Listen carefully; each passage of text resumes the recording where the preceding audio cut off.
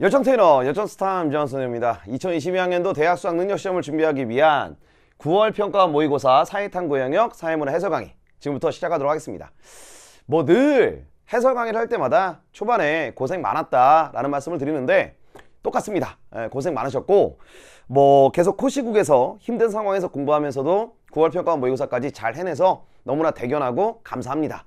그러나 이제 우리는 또 사회문화에서 사문에서 좋은 점수, 좋은 등급을 받아야 하고 그 다음에 조금 만족스럽지 못한 등급을 받았던 친구들은 앞으로 어떤 방향으로 내가 공부를 해나가는지에 대한 가늠새, 또 어떤 방향성 이런 걸 또 우리가 잡아내고 설정해야 되기 때문에 잘 좀 해설 강의를 좀 들어두시고요. 제가 1번 문제부터 10번 문제까지 풀고 11번 문제부터 20번 문제로 푸는 그런 방식으로 두 차시로 쪼개가지고 해설을 하도록 하겠습니다. 일단 좀 총평을 하면요. 세 가지가 좀 두드러지는 특징인 것 같아요. 제일 먼저 첫 번째는 아마 그랬을 거야. 선생님이랑 이제 임팩트라든지 올림픽 커리를 잘 따라왔던 친구들은 리밋 커리 또는 뭐 임팩트, 올림픽 커리 어떤 커리든지 간에 특히나 임팩트하고 올림픽에서 초반에 현강도표 정리했던 것 또는 따로 이렇게 자료로 나갔던 핸드아웃으로 나갔던 자료에서 도표 문제가 좀 출제가 많이 됐다는 거를 알 수가 있을 겁니다. 그거는 제가 적중시켰다는 게 아니고요. 그런 문제와 유형들이 최근에 자주 나오고 있다. 이걸 바꿔 말하면 도표 문제는 조금의 변형은 이루어졌지만 좀 전형적인 문제가 출제가 되었다. 이렇게 말할 수가 있고요. 계속 임팩트하고 올림픽 때 했던 도표 문제들 수능 때까지 계속 복습을 하세요. 계속 복습을 하시면 좋을 것 같고요. 두 번째가 의외로 근데 약간 사례와 제시문을 분석해야 되는, 잘 분석해야 되는 문제가 출제가 되었죠. 그러니까 예를 들면 개인과 사회의 관계를 바라보는 관점 문제가 나왔습니다. 몇 번이었어요? 14번 문제. 14번 문제 같은 경우는 제시문에서 개인과 사회의 관계를 바라보는 관점, 즉 사회 명목론과 실제론 중에 어디에 해당되는지를 조금 더 개념을 적용시켜서 잘 추론해 내어야 황당한 오답이 안 나옵니다. 뻔하죠. 14번 문제의 오답은 아마 정답과 완전히 반대로 되어 있을 겁니다. 그러니까 제시문에서 명목론 실제론을 찾으실 때 어떤 걸로 찾았느냐라는 거에 따라서 정답이 갈리게 된다. 그리고 5번 문제 같은 경우도 최근에 나왔던 문화의 속성 문제 중에서 물론 이제 문화의 속성이 과거에도 조금 심도 있게 출제가 된 적이 있었지만 요번에 나왔던 9평에 나왔던 5번 문제의 문화의 속성 문제는 조금 생각을 요하는 그런 식으로 사례와 제시문 속에서 개념을 적용해가지고 어떤 그 추론이 이루어져야 되는 그런 문항들이 좀 두세 문제가 출제가 되어서 아마 개념 문제에서 조금 머리가 아팠을 것이다. 근데 세 번째 경향은 뭐냐면요. 최근에 좀 어렵게 나오고 제시문이 길게 나왔던 주제들, 전형적으로 제시문이 길게 나오고 어렵게 나온다는 주제들은요. 조금 과거로 회귀한 느낌이 좀 들어요. 그러니까 예를 들면 4번에 나오는 연구 설계 문제 같은 경우도 원래 연구 설계가 있고 그 밑에 도표가 달려 있었잖아. 근데 그게 없죠. 그렇죠? 그래서 좀 약간 이런 문제들은 과거로 회귀를 한 것 같다. 그런데 우리한테는 9평만 있는 게 아니라 6평도 있잖아요. 그러니까 6평이랑 9평의 접점에서 이렇게 과거나 최근에 좀 복잡하게 출제되었던 주제 이런 것들에 대한 경향성 대비는 하시는 게 좋을 것 같습니다. 그래서 크게 세 가지입니다. 리밋, 임팩트, 올림픽 거리 때 계속했던 도표들 복습 좀 해주셨으면 좋겠어요. 복습. 알겠죠? 꾸준히 복습을 좀 해주시고 그 다음에 두 번째는 개념을 적용해서 사례와 제시문을 추론해내는 훈련들을 많이 하셔야 된다는 거. 됐죠? 그리고 세 번째가 6평과 9평에서 좀 중간 지점에서 어렵게 나오는 주제들에 대한 정리를 하셔라 라는 겁니다. 어쨌든 고생 많으셨고요. 1번 문제부터 풀이해보도록 하겠습니다. 자, 1번은 이제 자연현상과 사문현상을 비교하는 문제입니다. 뭐 칠레 연안 로빈스 크루소 섬에 서식하고 있던 염소가 에스파냐 무역선을 괴롭히던 해적의 식량원이었다. 이에 에스파냐 해군이 한 쌍의 개를 섬에 상륙시켰다. 그러니까 에스파냐 해군이라는 인간의 의도와 가치가 개입되어서 나타나는 현상이기 때문에 기억에 등장하는 현상은 사문현상이죠. 그렇죠? 그리고 하나 더 사문현상을 찾아봐라 그런다면 디귿에 정부와 법률과 도덕의 개입이라는 요것도 역시 마찬가지로 사회문화현상이라고 잡을 수가 있습니다.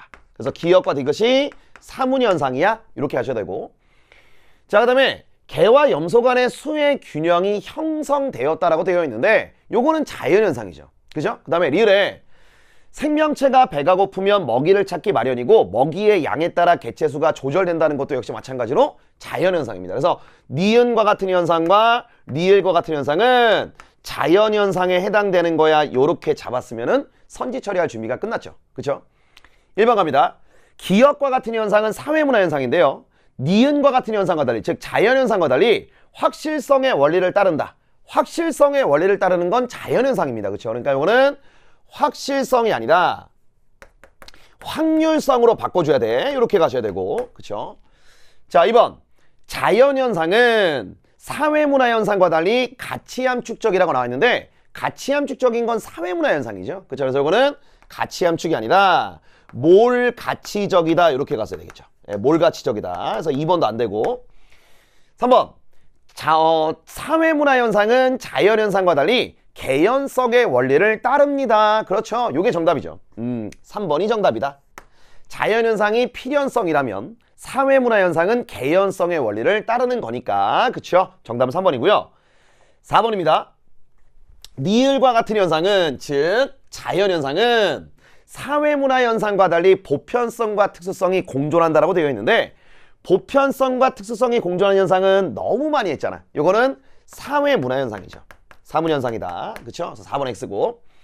자, 인과관계가 상대적으로 분명한 게 무엇입니까? 라고 했을 때는 자연현상이 인과관계가 더 분명합니다. 그러니까 기역, 디귿과 같은 현상, 그 다음에 니은, 리을과 같은 현상 위치를 서로 뭐 해줘야 될까? 이렇게 바꿔줘야 되겠죠. 그래서 정답은 3번이 답이 됩니다. 이렇게 하시면 됩니다. 됐죠? 자, 그 다음에 이제 2번 문제 가볼게요. 사회문화 현상을 바라보는 관점 찾아라 라고 되어 있습니다. 기능론, 갈등론, 상상론, 갈등론, 기능론, 상상론 중에 하나다라고 되어 있죠. 자, 혼밥 쪽이 증가하는 현상의 원인에 각자 의견을 제시해 주세요. 전통적으로 식사를 함께 하는 것은 여기 나오네. 공동체 구성원 간의 소속감, 뭐 이걸 형성하기 위한 중요한 의뢰였다. 이러한 기능을 수행했다. 근데 이러한 규범이 약화되면서 혼자 밥을 먹는 사람들이 많아졌습니다. 그렇잖아요. 그러면 규범이 약화되어서 이런 현상 나타났고요. 원래 전통적으로 식사를 함께하는 것이 결속력이나 소속감, 공동의 소속감을 높이기 위한 기능을 수행했다라고 했으니까 갑은 기능론적 관점에 따르고 있다라는 걸 잡을 수가 있겠지. 그렇죠? 자, 을입니다. 과거에는 혼자 밥을 먹는 사람을 외톨이로 여겼으나 최근에는 혼자 밥을 먹는 행위를 가족이나 집단의 구속에서 벗어나 혼자만의 여유를 즐기는 세련된 도시인의 생활 방식으로 보는 이들이 증가하고 있습니다. 그러니까 결국은 어떤 의식의 변화 또는 뭐 인식의 변화, 여기서 현상의 변화가 나타나게 됐다. 이렇게 의식이나 인식의 변화를 통해서 현상의 변화가 나타나게 되었습니다. 라고 얘기하는 거니까 을에 등장하는 거는 상징적 상호작용론이다. 이렇게 잡을 수 있고요. 병, 갈등론이겠죠. 뭐 이거는 뻔하죠. 갈등론이다. 이렇게 할 수 있고 읽어보면 혼자 밥을 먹는 사람들 대부분이 경제적으로 취약한 상태에 놓여 있다는 점에서 결국 혼밥은 불평등한 분배 구조에서 소외된 사람들의 어쩔 수 없는 선택입니다. 끝났죠. 갈등론입니다. 그럼 이제 가볼게. 자, 갑의 관점은 지금 기능론입니다. 개인의 행동이 상황에 대한 주관적 해석에 기초하여 이루어진다고 보는데 이거는 갑의 관점이 아니죠. 상상론의 관점입니다. 그래서 갑을 지우고 요거는 을의 관점으로 바꿔줘야 되고, 자, 기득권층의 이익을 대변하는 논리로 사용된다는 비판을 받는다. 아니면 너네들은 너무 보수적이야 라는 비판을 받습니다 라고 나오면요, 요건 기능론 이야기이기 때문에 을의 관점이 아니라 갑의 관점이다 이렇게 했어야지. 됐죠? 3번, 집단 간 갈등은 필연적이고 갈등이 사회변동의 원동력이야 이렇게 생각하는 게 갈등론이야. 정답은 몇 번 나올까? 그대로 3번입니다. 이렇게 올라야 되겠죠. 4번, 사회 구조적인 요인을 중시합니다. 이렇게 나오는 순간 요거는 거시적 관점이 될 거고요. 거시적 관점은 기능론과 갈등론이 되겠죠. 즉 갑의 관점과 병의 관점이 여기에 해당되는 거니까 4번은 택도 없다. 이렇게 하시고, 예. 그러니까 요거는 둘의 위치를 바꿔줘야 될 것 같아. 자, 5번. 을병의 관점은 모두 사회 구성 요소의 기능과 역할이 사회적으로 합의된 것이라고 본다. 사회 구성 요소의 기능과 역할이 사회적으로 합의되었다. 이거를 강조하는 건 기능론입니다. 그쵸? 예. 사회 구성 요소의 기능과 역할이 사회적으로 합의된 거야. 요거를 강조하는 거는 기능론이다. 이렇게 말 수가 있다고. 됐죠? 그래서 정답은 몇 번 나온다? 3번 이렇게 체크하시면 되겠습니다. 특히나 5번 답지 다 만드는 이유 중에 큰 이유가 갈등론자들은 기본적으로 합의가 특정 집단의 합의, 지배계급의 합의, 그들의 기득권을 유지하기 위한 수단, 이런 개념으로 생각을 하기 때문에 택도 없다. 정답은 3번이 답이 된다. 여기까지 빠르게 흘러갔어야 돼요. 그럼 3번 문제 가볼게. 다음 자료에 대한 설명으로 옳은 것은 단 A, B, C는 각각 면접과 질문지법과 참여관찰법 중에 하나입니다. 핵심은요, 여기 있죠. 500명에게 구조화된 문항을 제시했다. 구조적인 질문을 던졌다. 자, 그런데 여기 보면 10쌍을 선정해서 깊이 있는 대화를 나누고 기록하였다. 그쵸?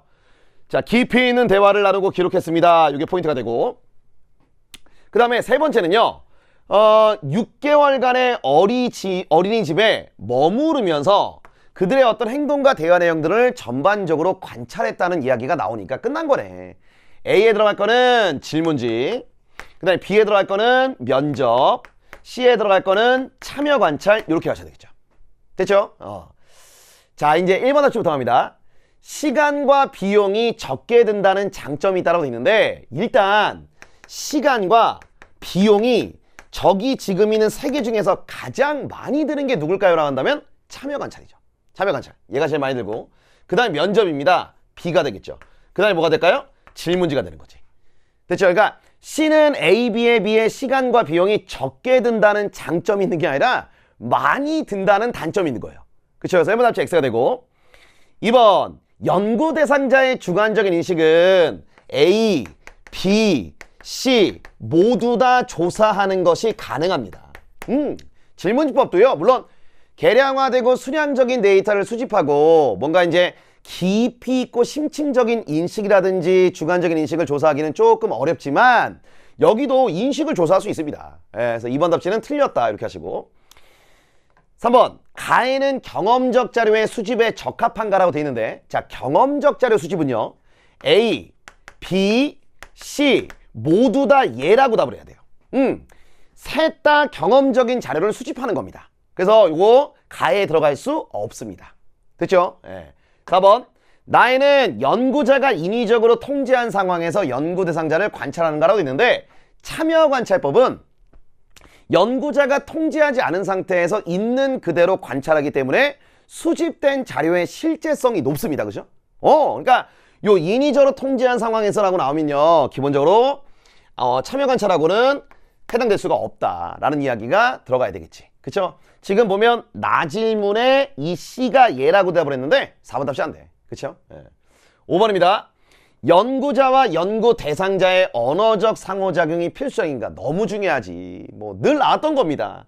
질문지법이랑 면접법의 공통점. 그래서 다에 들어갈 내용으로 적절합니다. 정답은 몇 번 나올까? 5번 이렇게 가시면 되겠죠. 그러니까 조금 시간을 빠르게 뭐라 해야 될까? 노력을 많이 쓰지 않은 상태에서 빠르게 정답을 골라내면서 뒤에 나와 있는 복잡한 문제를 풀어낼 수 있는 시간적인 여유. 요걸 좀 확보하셔야 돼요. 그러니까 좀 모의고사 볼 때 이제 한 번 더 남았잖아. 10월 교육시험 모의고사도 있고, 물론 이제 여러분들이 따로 풀어보는 모의고사도 있잖아요. 그럼 모의고사를 푸실 때 그건 실제 수능이 아니기 때문에 1번 문제부터 이렇게 축축축 치고 나갈 때 조금 더 기세 있게 스피디하게 치고 나가시는 훈련을 하셔야 됩니다. 여기서부터 막 밑줄 치고 동그라미 치고 밑줄 치고 동그라미 치고 막 꼼꼼하게 읽으면서 하나하나씩 막 섬세하게 읽으면서 시간을 허비하다 보면은 뒤쪽에 중요한 문제, 뒤쪽에 시간을 많이 잡아먹는 문제에다가 할애할 수 있는 시간적인 여유를 확보하지 못해. 그러니까 모의고사 푸실 때나 평상시에 모의고사 훈련하실 때 그냥 그 모의고사는 수능 점수가 아니기 때문에 틀려도 상관없잖아요. 그렇죠? 그때 조금 더 기세 있게 치고 나가는 훈련을 좀 해보셨으면 좋겠습니다. 알겠죠? 여기까지 시간 확보 하셔야 되고, 4번입니다. 다음 연구에 대한 옳은 설명만을 보기에서 옳은 것은, 자, 연구자 갑은 고등학생 자녀의 학업 성취와 부모의 민주적인 양육 태도 간의 관계를 파악하고자 가설을 설정하고 연구를 진행하였대. 그러니까 이 사람이 지금 양적인 연구를 진행을 했어요. 그렇죠? 가설을 검증하겠다는 겁니다. 갑은 구조화된 설문지로, 요거는 기본적으로 이제 질문지법이고, 아래서 묻고 있기 때문에 한번 체크하자면 질문지법을 통해서 연구자가 직접 데이터를 수집한 것이기 때문에 요거는 1차 자료에 해당이 됩니다. 요거를 찾으셨어야 됩니다. 됐죠? 그 다음에 자녀의 학업이나 진로를 결정하는 과정에서, 자, 나온다. 부모의 개입지수, 부모의 통제지수, 자녀의 의사 반영 지수를 측정하시겠대요. 그러면 위에 지금 나와 있는 것 중에 부모의 민주적 양육 태도라는 게 나와 있거든. 근데 이거를 부모의 개입, 즉 학업이나 진로를 결정하는 과정에서 부모의 개입 지수, 부모의 통제 지수, 자녀의 의사 반영 지수로 측정하겠다고 했으니까 이거는 뭔 조정을 한 거야? 그렇죠. 개념의 조작적 정의, 즉 개조정을 한 거다. 이렇게 잡을 수가 있겠지. 됐죠? 자, 부모와 자녀의 동의를 얻어서 자녀의 모의평가 성적이라고 나와 있습니다. 지금 보시면요. 변인이 자녀의 학업 성취야. 학업 성취인데 모의평가 성적을 학교로부터 제공받았다고 돼 있잖아요. 그러니까 학업 성취를 모의평가 성적으로 조사하겠다는 이야기가 나와 있으니까 여기도 마찬가지로 개념의 조작적 정의가 나와 있구나. 그러니까 지금 여기까지 딱 읽었을 때 또 하나 체크해줘야 되는 게 학교로부터 이것을 제공받았습니다. 그럼 이거 뭘 얘기하는 걸까? 기존에 있었던 성적 자료를 수집한 거야. 기존에 있었던 성적 데이터를 수집한 겁니다. 됐죠? 그럼 이거는 문헌연구법을 통해서 데이터를 수집했다라고 보셔야 되고요. 그 다음에 기존에 있었던 데이터를 수집한 것이기 때문에 이거는 몇 차 자료가 될까? 그렇지. 2차 자료가 되는 거죠. 그래서 답지 중에 자료 분석의 1차 자료와 2차 자료가 모두 활용되었다라고 나와 있는데 요 기억 답지가 동그라미가 된다. 이렇게 오르시고. 자, 그 다음에 독립변수와 종속변수에 대한 조작적인 정의가 이루어졌다. 요거에 대해서도 이루어졌고요. 요거에 대해서 이루어졌잖아. 물론 이제 지금 보시면은 독립변인이 뭐냐? 얘가 독립변인이고 여기가 종속변인입니다. 그걸 선생님 어떻게 알아요? 다음에 나오잖아요. 수집된 자료의 분석을 통해 갑은 자녀의 학업 성취에 대하여 부모의 민주적 양육 태도가 영향력을 가지며 정의 영향력을 가지며 이렇게 나오잖아요. 그러니까 뒤쪽에 있는 게 앞쪽에 미치는 영향이니까 요렇게 가는 게 맞겠고 얘가 독립변인 되는 거고 얘가 종속변인 되는 거지. 요렇게 잡으시는 거죠. 됐어요? 그래서 독립변수와 종속변수에 대한 조작정의가 이루어졌다? 맞네. 그럼 정답은 끝났네. 1번 이렇게 하시는 거지. 최근에 나왔던 평가원 모의고사와 수능을 합쳐서 최근에 한 2년 동안 가장 어렵지 않게 출제가 되었습니다. 그러니까 6평과 9평 사이에서 접점을 찾으시면 될 것 같아요. 알겠지? 그럼 오답점 한번 볼게요. 디귿답지. 자녀의 학업 성취도가 양적 자료로 수집되었다. 그렇죠. 모의평가 성적이니까. 예, 그리고 부모의 민주적인 양육 태도는 질적 자료로 수집되었다라고 되어 있는데 아닙니다. 분명히 요건 지수죠.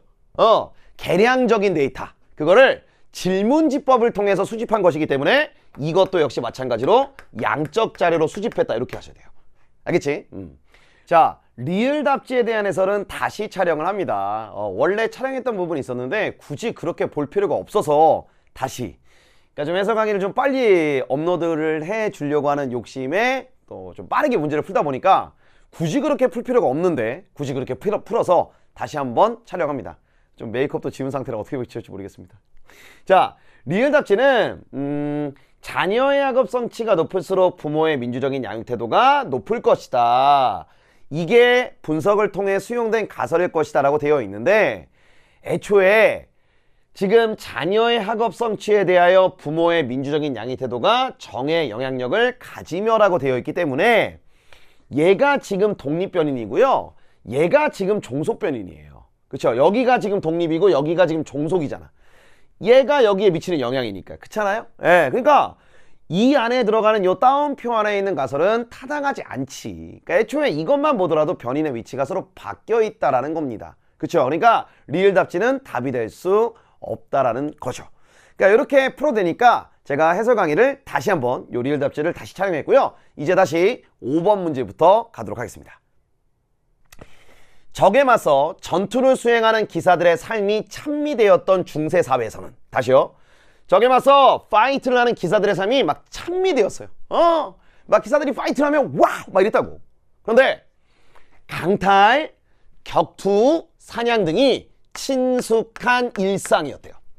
그럼 친숙한 일상이었다는 얘기는 구성원들 사이에 저러한 문화가 향유되어 있었다. 공통적으로 향유하고 있었다라는 이야기가 되니까 친숙했다. 기억에 들어갈 문화의 속성은 해당되는 건 공유성이다 이렇게 볼 수가 있다고. 그렇죠?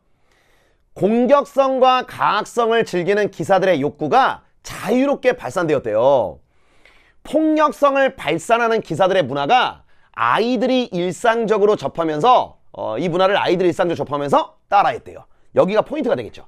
아이들이 일상적으로 접하면서 따라했다, 모방했다. 그 무슨 말일까? 아이들이 어릴 적부터 배웠다, 사회화했다. 그러니까 여기 지금 나와 있는 건 학습성이죠.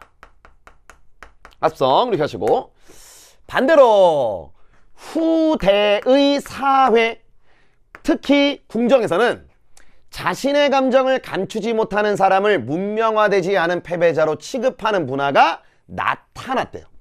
나타났대.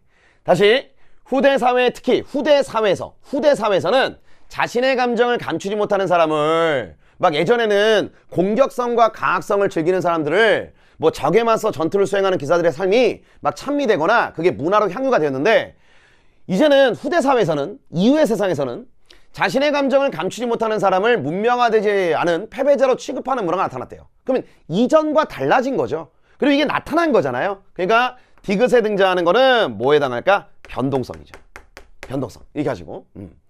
자, 그 다음에 물리적 폭력 수단이 중앙 권력에 집중되자 어떤 정치적인 변화죠. 뭐 어떤 정치 체제의 변화, 정치적인 현상의 변화. 그렇게 되자 일상에서는 폭력을 삼가고 예의와 교양을 중시하는 문화가 확산되었대요. 물리적인 폭력 수단이 정치적으로 중앙 권력에 집중이 됐을 때 일상에서는 예의와 교양을 중시하는 그런 문화가 나타났다고 돼 있으니까 문화는 서로 독립되어 있는 것이 아니라 영향을 주고받는다는 게 두드러지고 있다. 이렇게 말할 수가 있다고. 그럼 여기는 뭐가 들어가 있을까요? 총체성, 요게 들어갈 수 있겠죠. 또는 뭐 전체성, 요렇게 들어갈 수 있겠지.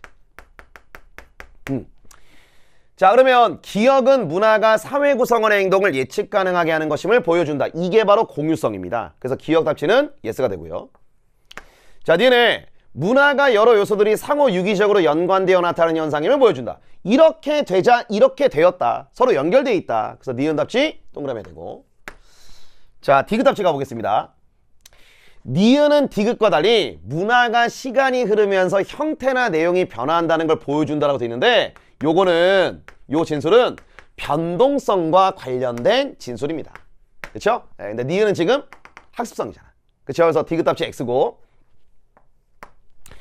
자, 그 다음에 리을 답시입니다. 디귿은 리을과 달리 문화가 상징 체계를 통해 전승되면서 보다 풍부하게 축적됨을 보여준다. 요거는 여기서부터 여기까지 진술은 축적성이랑 관련된 내용인데요. 지금 디귿이 예전에는 적에 맞서 전투를 수행하는 기사들의 삶이 찬미가 되었고 강탈, 격투, 사냥 등이 그랬다가 이제는 자신의 감정을 감추지 못하는 사람을 패배자로 취급하는 문화가 나타난 거니까요. 이거를 축적되었다라고 말할 수가 없겠지. 축적이 되려면 쭉 전해지면서 새로운 내용들이 추가가 되거나 보다 이전보다 복잡한 모습, 풍부한 모습, 발전된 모습 등등으로 이렇게 축적이 되는, 그런 추가가 되는, 가미가 되는 그런 현상들이 나와야 되는데 이거를 축적성이라고 말할 수는 없다. 그래서 리을 답지는 X. 정답은 그래서 몇 번이 답이 된다? 1번 이렇게 보시면 되겠습니다. 됐죠? 예. 자, 6번 가볼게요. 가에 들어갈 내용으로 옳은 것은, 자, 단 A, B, C, D는 각각 가족, 노동조합, 사내동호회, 회사 중에 하나입니다. 오케이. A와 C는 자발적 결사체에 해당하고 A와 D는 공식 조직에 해당합니다. 그러면 눈여겨봤어야 되는 게 뭐냐? 요거죠. A가 여기 한번 들어가고 여기 또 한 번 들어간다는 얘기지. 그렇죠? 그러니까 A는 자발적 결사체이면서 오케이, 공식 조직이다. 그러면 자발적 결사체이면서 공식 조직인 애가 지금 위에 있는 선택지 4개 중에서 제 눈에는 하나밖에 안 보입니다. 자발적 결사체이면서 공식 조직인 거 누굴까? 그렇죠. 여기 있죠. A는 노동조합입니다. 그러면요, A가 노동조합이 되잖아요. 그러면요, C가 어쨌든 자발적 결사체야. 근데 얘 자발적 결사체 아니지. 그쵸? 그 다음에 회사도 자발적 결사체가 아닙니다. 그럼 C는 뭐가 될까? 얘는 사내 동호회가 될 거야. 이렇게요. 그러면 이제 D는 A와 마찬가지로 공식 조직이라고 했습니다. 그러면요, D는 뭘까라고 했을 때 얘는 회사다라는 거 찾을 수가 있고, 마지막 남은 선택지가 B인데요. B는 그러면 가족입니다라는 걸 잡을 수가 있겠지. 됐어요? 자, 그래서 이제 A, B, C들을 사회 집단 및 사회 조직의 특성을 고려해서 분류하거나 설명해 보세요라고 돼 있습니다. 출발 한번 해볼게요. 1번. 자, 전인격적 인간관계가 주로 이루어지는 집단에 해당합니다. 여러분, 노동조합은요, 저 A 있잖아. A는 전인격적 인간관계가 주로 이루어지는 집단이 아닙니다. 됐죠? 쟤는, 노동조합은 과업지향적이야. 과업지향적.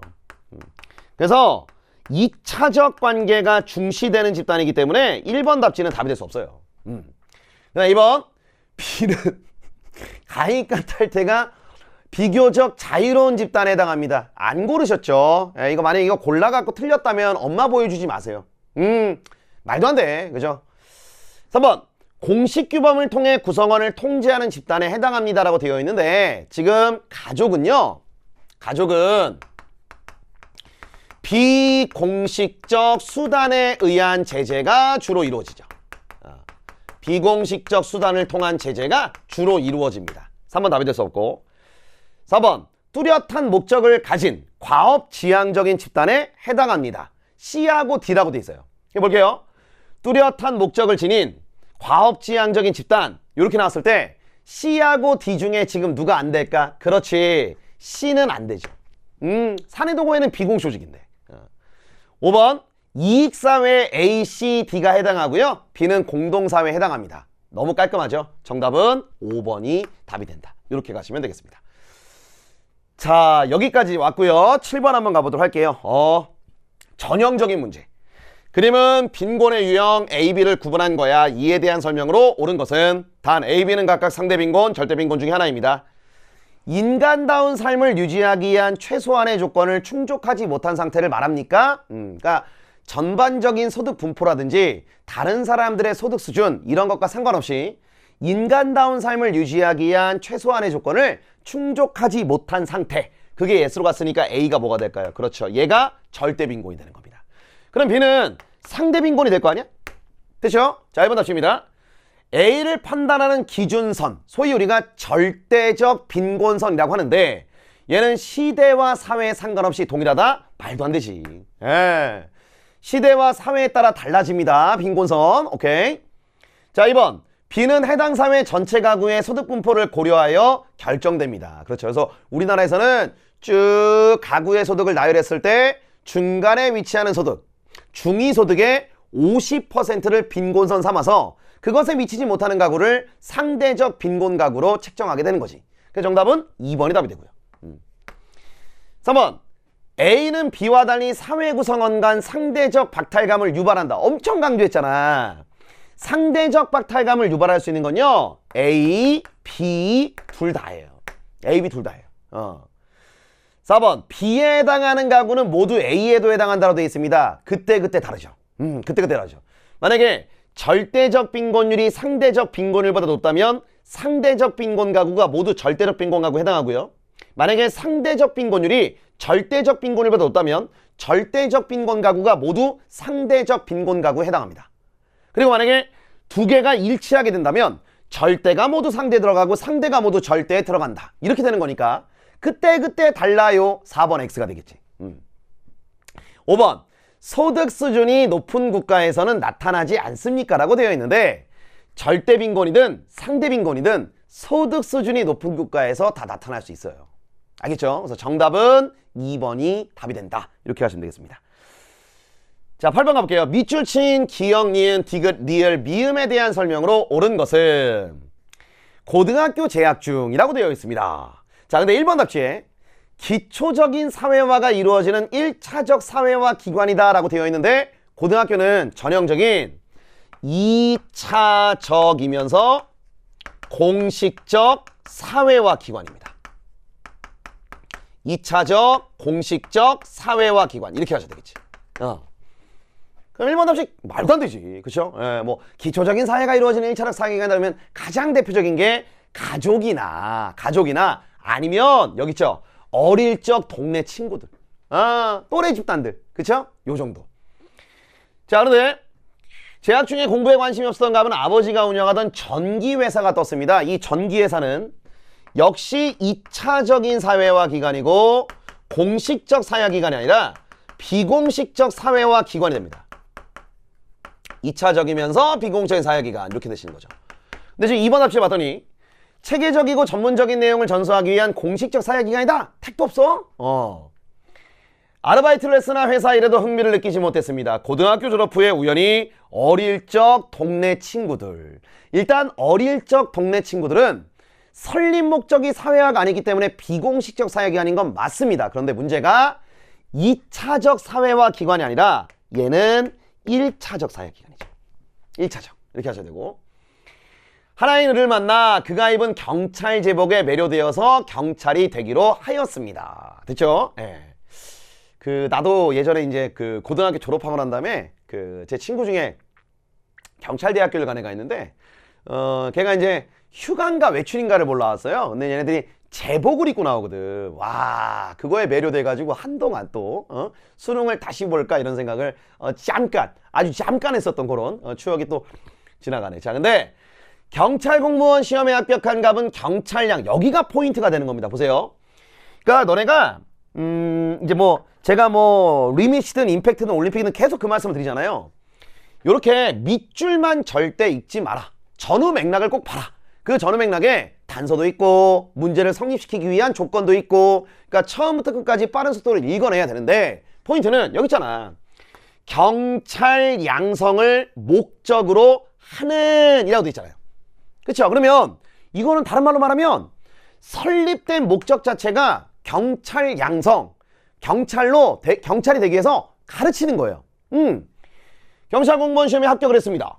이 사람이 이제 경찰이 되어야 해요. 그러면 당장 경찰이 될 수 없잖아. 그치? 그러니까 경찰이 되기 위한 준비 과정을 거치는 거 아니야. 그러니까 이 경찰학교는 일단 2차적 사회화 기관인데다가 설립 목적이 뭘까요? 설립 목적이 학교잖아. 학교. 공식적 사회기관이지.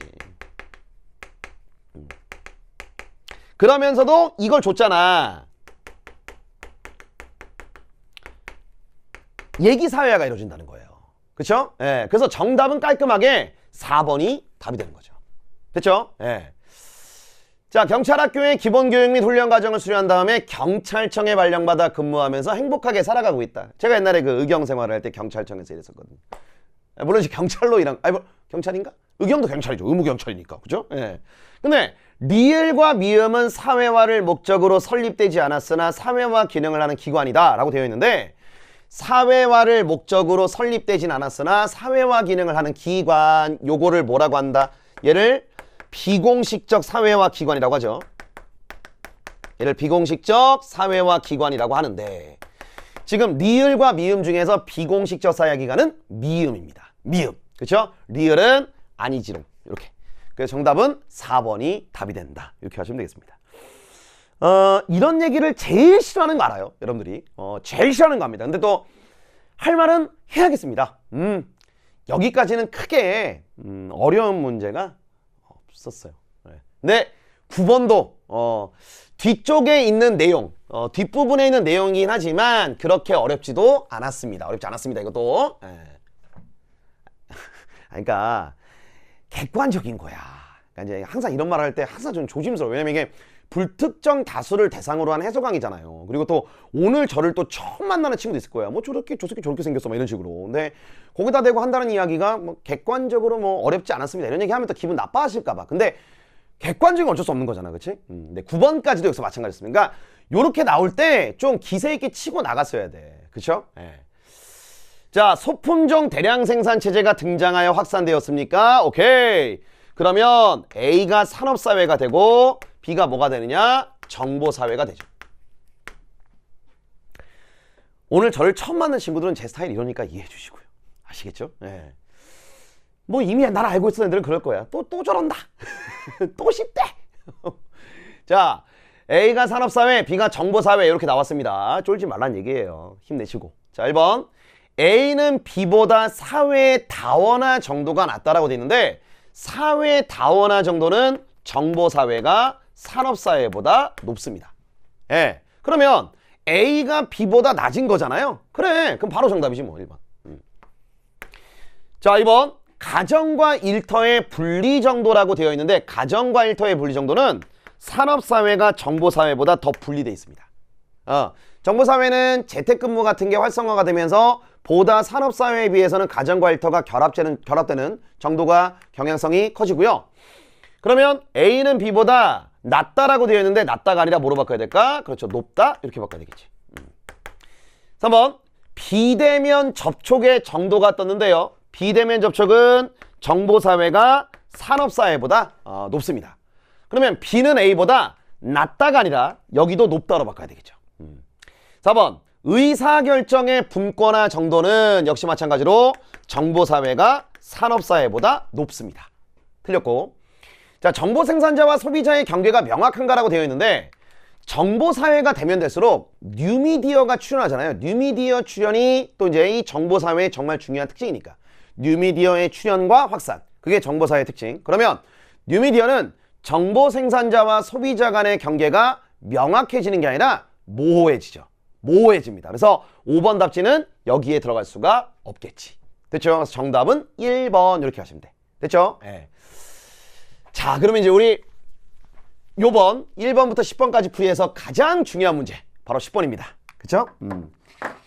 자, 다음 자료에 대한 분석으로 옳은 것은 한 연구자가 노동자 성비와 성별 임금 격차를 기준으로 노동시장에서의 성불평등 정도를 측정하였다. 표는 각국의 시기별 노동자 성비와, 그러니까 노동자 성비가 지금 여기 나와 있습니다. 일단은 그럼 끊어서 가실게요. 이 노동자 성비가 도대체 뭔데? 그러면 여기 밑에 나오잖아. 여성 노동자 100명당 남성 노동자의 수야. 그럼 이거는 이 얘기입니다. 여성분의 남성 곱하기 100이란 얘기야.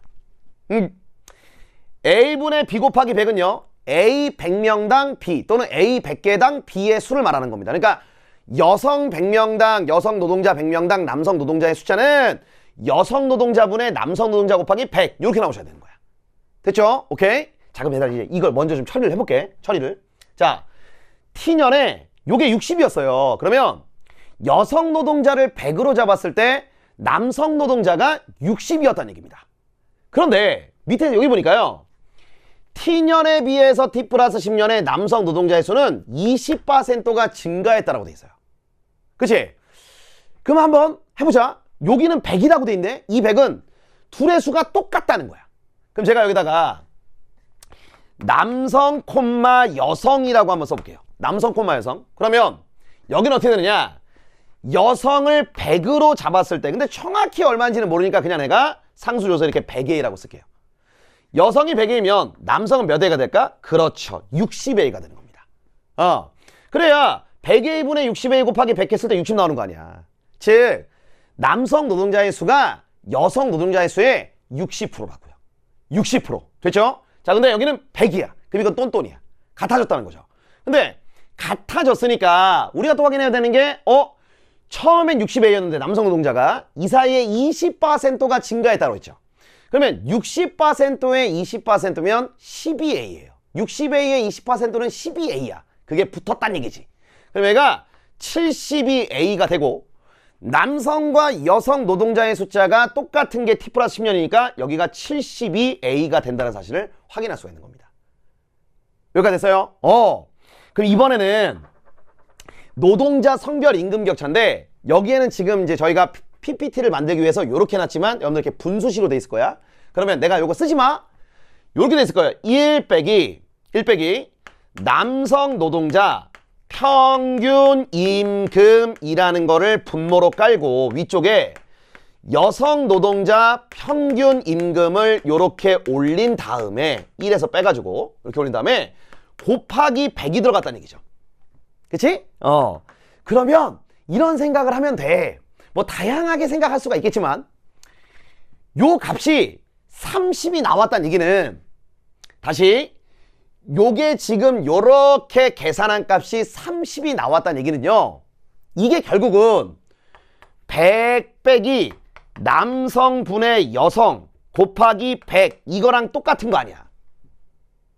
흑냐? 그러면은 요렇게 나오는 거니까 지금 요 데이터가 만약에 30이 나왔다면 이건 얼마란 얘기일까요? 70이란 얘기죠. 요거 됐어? 그 다음에 얘가 40이 나왔다는 얘기는, 요게 40이 나왔다는 얘기는 요 값은 얼마가 됐다는 얘기일까? 60이 된다는 얘기야. 그러면 봐. 얘가 70이 됐다는 얘기는, 됐죠? 얘가 70이 됐다는 얘기는 남자를 100이라고 생각했을 때 여성이 얼마란 얘기야? 70. 됐어요? 그 다음에 얘가 60이 나왔다는 얘기는 남성을 100으로 잡았을 때 여성이 얼마 나왔다? 그렇죠. 60 나왔다는 얘기죠. 쉽게 말하면 남성의 70%였다는 거죠. 요때가. 평균 임금이 여성이 남성의 70%. 됐죠? 그 다음에 여기는 60이니까 40에서 100에서 40을 빼버리면 60 나오니까 여성 평균 임금이 남성 평균 임금의 몇 프로? 60%가 나온다는 얘기야. 그러면 요 얘기가 돼야 돼. 자, 간다. 그러니까 만약에 남자를 정확히 얼마인지 모르니까 100B라고 잡아볼게요. 100B.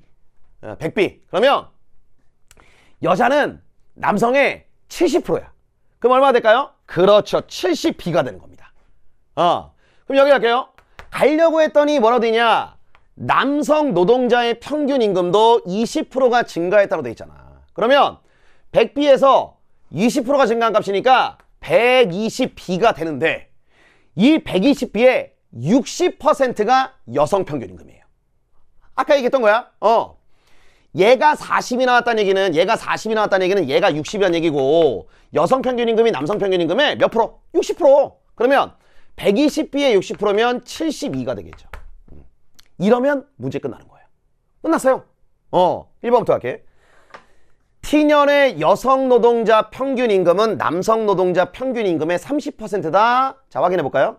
T년의 여성 노동자 평균 임금은 여기 있어요. 70B. 남성 노동자 평균 임금의 30%가 아니라 몇 프로야? 그럼 70%지. 1번 안녕. 자, 2번. T 플러스 10년의 여성 노동자 평균 임금은 어디 있어? 여기 있죠. 그쵸? 여기가 72B입니다. 됐죠? 전체 노동자 평균 임금, 제가 그걸 어떻게 알아요? 알 수 있어요. 왜? 잘 봐. T 플러스 10년에 남자하고 여자가 성비가 1대1, 남자 수, 여자 수가 같아. 그러면 이렇게 된다는 얘기 아니야? 남성 평균 임금이 있고 여성 평균 임금이 있으면 두 개를 더해서 나누기 2, 결국 중간. 그 중간이 전체 노동자 평균 임금이에요. 즉 120B와 72B를 더한 값, 그럼 얼마가 나올까? 192B가 되겠지. 그걸 몇으로 나눠? 2로 나누는 거야. 납득이 돼요? 무슨 말인지? 그러니까 120B와 72B를 더해서 얘를 2로 나눈 값, 걔가 전체 평균 임금이라고. 그러면 192B를 나누시면 돼. 그럼 얼마 나올까? 96B가 되겠죠. 오케이? 괜찮니? 그러니까 요거는 96B가 되는 겁니다. 그러면 72B가 96B의 60% 이하냐라고 질문을 했습니다. 그러니까 96B분의 72B 곱하기 100 있잖아. 얘가 60% 이하냐고 질문 던진 거야. 아니야. 60보다 커요. 60보다 큽니다. 네가 어떻게 알아요? 96에다가 60% 곱해보면 얘가 그 60%보다 크잖아.